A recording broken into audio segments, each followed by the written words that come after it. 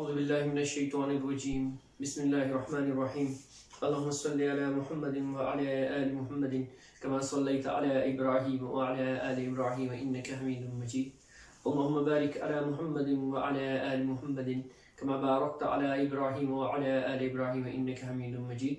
بہت ہی قابل قدر قابل احترام ناظرین کرام، السلام علیکم ورحمۃ اللہ وبرکاتہ۔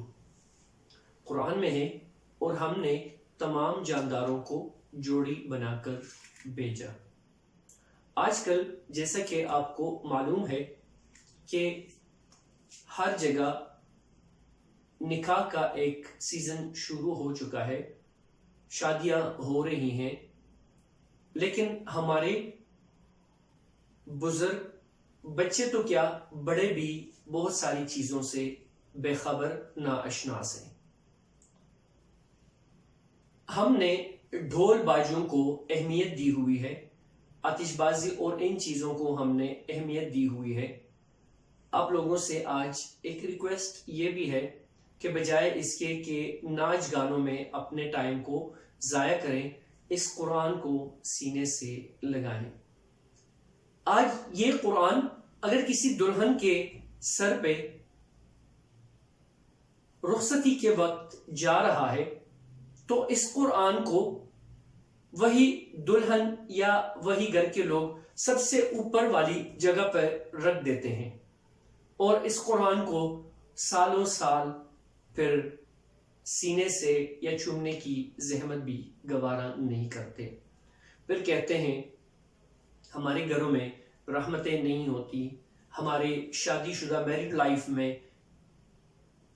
کوئی بھی انجوائمنٹ نہیں ہے، کوئی بھی اللہ کی طرف سے برکتیں نہیں ہیں، رحمتیں نہیں ہیں۔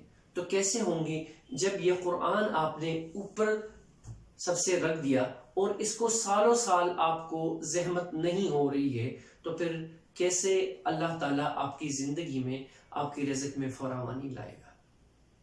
آپ لوگوں سے آج ایک بہت ہی، چونکہ اسماء الحسنی ہماری زندگی میں بہت اہمیت رکھتے ہیں اور اللہ تعالیٰ کے نام ہر قدم پر ہماری رہنمائی فرماتے ہیں۔ آج ایک چھوٹا سا وظیفہ ہے، یا ودودو، یا ودودو جل جلالہ، یا ودودو جل جلالہ۔ کوئی بھی دلہن رخصتی کے وقت کوشش کیجیے گا کہ وہ دلہن جو ہے وہ گھر سے جیسے ہی نکلے ساتھ ساتھ جتنا بھی رستہ ہے وہ درود ابراہیمی، یا اگر اسماء الحسنی میں سے کوئی بھی ان کو لفظ آتے ہیں ان کے ذکر کرتے رہیں، اور جیسے ہی وہ سسرال پہنچے اور گھر کی دہلیز پہ پہنچے تو اس وقت جو یا ودودو ہے اس کو 7 مرتبہ، 9 مرتبہ یا 11 مرتبہ سب سے پہلے دایاں رائٹ پیر وہ گھر کے اندر داخل ہوتے ہی رکھے، اور ایک ہی سانس میں 7، 9 یا 11 دفعہ یا ودودو پڑھتی رہے۔